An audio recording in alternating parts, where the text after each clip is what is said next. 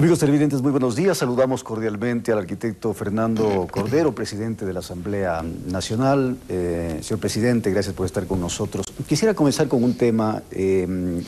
Se ha previsto para este viernes una nueva reunión de Alianza País, un nuevo taller para definir algunos temas pendientes en el taller anterior. ¿Qué es lo que se va a tratar? Bienvenido, buenos días. Gracias, Fernando. Buenos días a todos quienes nos ven en Telerama. La gente cree que Alianza País está enfrascada en algún tipo de dificultad interna y realmente no miden la responsabilidad de nuestra responsabilidad social frente a una ganancia que ni siquiera nosotros esperábamos en tal magnitud. Entonces nos estamos preparando, estamos planificando la próxima asamblea y eso significa muchas cosas que debería ser preocupación de todas las bancadas. Nosotros lo hacemos público porque así son nuestros actos. Además porque tienen una mayoría. Ahora, presidente, entiendo que se conformó, durante el taller anterior, se conformó una comisión que la integra usted, la integra Gabriela Rivadeneira, me parece que Marcela Guiñaga, justamente para recibir propuestas o solicitudes de integración de las mesas legislativas. Eso prácticamente en el primer día quedó casi resuelto. Me parece que teníamos 2 o 3 compañeros en la Comisión de Soberanía Alimentaria que no podían estar ahí porque nos hemos fijado un cupo máximo, es decir, no queremos tener una comisión solo con integrantes del país porque la democracia impone esa consideración respecto a las otras bancadas. ¿Esa ha sido la más solicitada? Esa ha sido la más solicitada. Teníamos 17 personas para un cupo de 8, entonces ventajosamente quedaron solo 3 en exceso que seguramente ya están en otra comisión, porque se han movido otras personas igual, y teníamos también un mínimo de integrantes, porque queremos tener mayoría en las comisiones, teniendo tanta gente sería imperdonable no hacerlo. Entonces se ha pedido a otros compañeros que no estaban totalmente empecinados, digamos, en estar en una determinada comisión, que valoren su segunda o tercera opción. Estoy seguro que para el día viernes eso quedará absolutamente definido. Lo que quiere decir que ya están casi definidas las comisiones. Las comisiones, no tengo la versión final porque eso lo haremos colectivamente, pero estoy casi seguro que para el viernes estarán completamente definidos. Pero hay otros temas que vale la pena incorporar públicamente en la planificación. Es la primera asamblea. La primera asamblea termina el 13 de mayo. Después de la Asamblea Constituyente, esta ha sido la primera experiencia legislativa con el nombre de asamblea. Pero no ha sido solamente un cambio de nombre. Hay una cantidad de cambios y esos cambios hay que saber procesarlos. Por ejemplo, nunca antes han habido tantas leyes procesadas. Más de 550 leyes.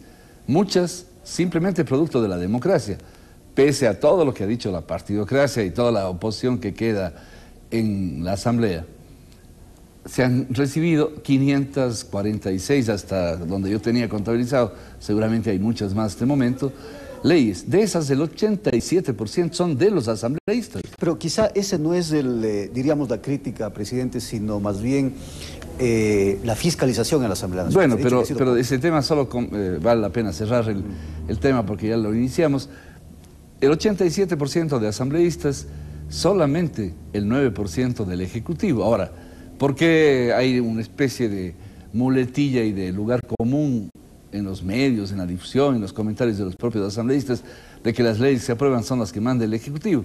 Lo que ocurre es que manda, por ejemplo, la ley de tránsito, una manda el Ejecutivo, y 23 proyectos presentan los asambleístas. Entonces, no es que se trata la del Ejecutivo, las leyes se forman. Las leyes no vienen escritas y se aprueban porque no vienen escritas en piedra. Ese es un tema. Igual el control político. Yo tengo prácticamente listo mi informe, que lo estaré difundiendo la primera semana de mayo, de los 4 años. Y yo mismo me quedo absolutamente sorprendido positivamente de las acciones de control político que hemos hecho, sin escándalos mediáticos, sin shows que en definitiva distorsionan, que haya que mejorar. La revolución ciudadana no le tiene miedo a la fiscalización ni al control político, es inmanente al cambio la fiscalización y el control político. El escándalo está de más. El escándalo a veces solo buscaba, en el pasado, en la época de la partidocracia y de los congresos, promocionar figuras o deteriorar figuras.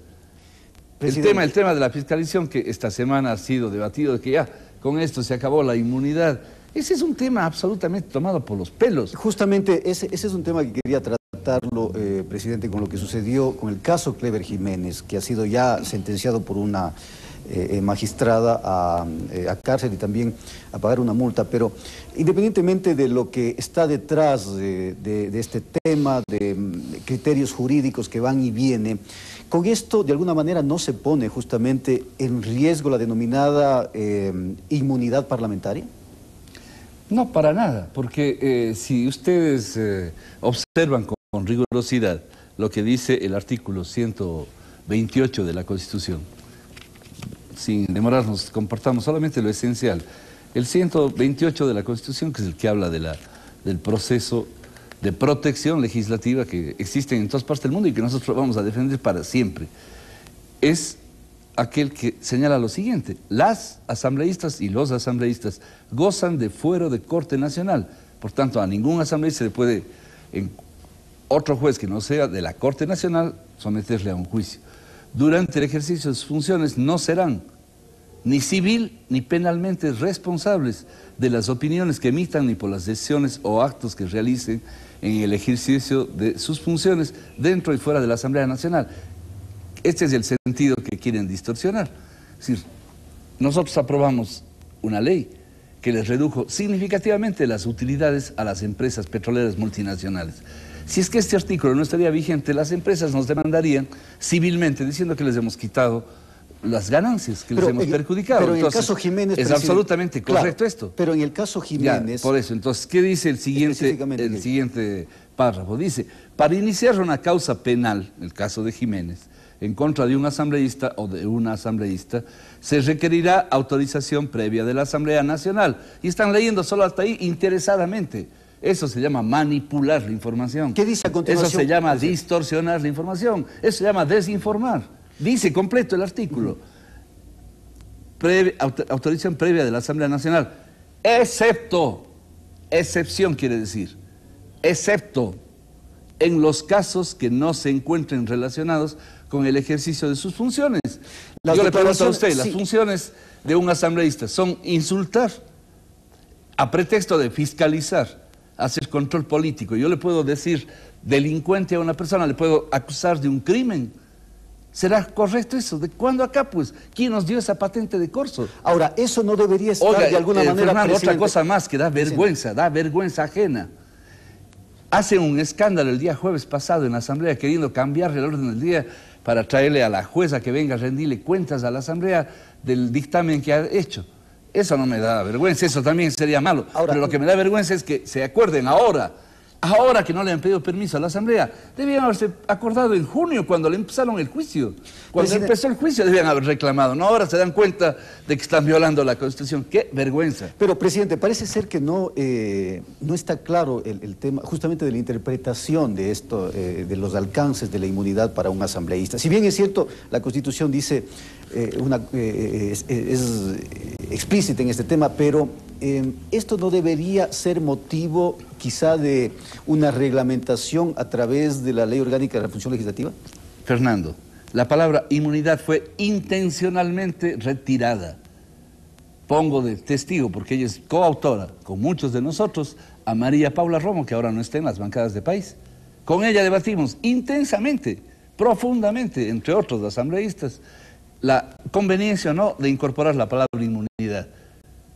Yo podía haber estado entre los que reclamábamos por tradición, por desinformación, quizá por el origen de la protección legislativa, la palabra inmunidad, cuando debatimos en rigor lo que había significado la impunidad de la partidocracia, porque con ese pretexto de inmunidad se quedaban impunes todos los asuntos de los legisladores.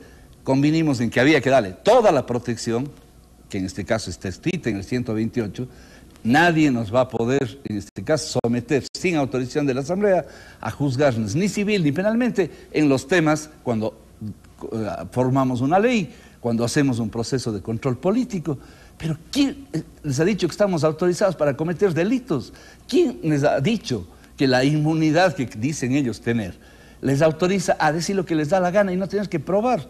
Es una vergüenza, y eso me parece que la sentencia de la señora Blasio más allá de la polémica general, tiene el mérito de justamente permitir este debate, que es un debate que debe estar avergonzando a los países civilizados, porque la inmunidad en ninguna parte del mundo significa esta capacidad de cometer delitos y tener que pedir permiso. Presidente, acuérdese, Fernando, avancemos con otros temas. Acuérdese solamente de un caso que hubo en el pasado. Un señor, León me parece, mató a una persona. Junior León. Sí, tuvieron que darle permiso a un delincuente que sacó la pistola, mató a una persona, se autoconfesó como autor, pero hubo que pedir permiso. Eso se llama impunidad. En ese caso creo que ni siquiera pudieron darle el permiso, Presidente, quedó en impunidad. Avancemos con otros temas rápidamente porque se nos va el tiempo. En cuanto a la estructuración de la nueva cúpula, se podría decir, de la nueva directiva de la nueva dirección de la Asamblea. Sí. Se habla de que va a ser una asamblea dirigida por mujeres. Gabriela Rivadeneira, como la más votada, es una de las más opcionadas a presidir esta asamblea. ¿Qué va a pasar ahí? No hemos tomado ninguna decisión. Me alegro yo como el que más, porque fuimos de los que originamos un cambio en el Ecuador en el año 2008, cuando se hizo el estatuto de la convocatoria a la Asamblea Constituyente, eliminamos el concepto de cuotas y pusimos el de la equidad. Equidad en las listas entre hombres y mujeres. En la propia Asamblea, que ha habido mucha participación de compañeras asambleístas, esta vez superamos nuestro propio récord anterior como Asamblea.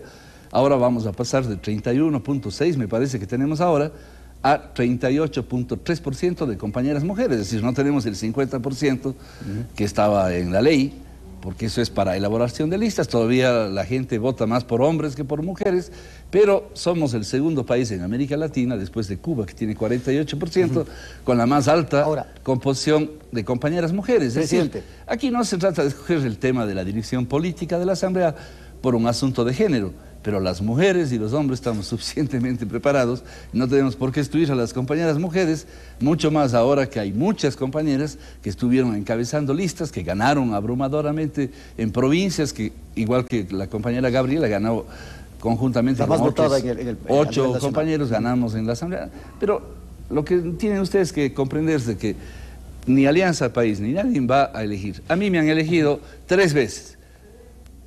En la primera vez que me eligieron vicepresidente, yo no era el más votado, me eligieron hasta presidente de la Asamblea, no pensaban que era el más votado. Vieron otras cosas. Cuando fui el más votado, tampoco nadie se preocupó de que era el más votado. Teníamos otros compañeros que no eran los más votados y eran tan capaces. Pocos segundos para hacer una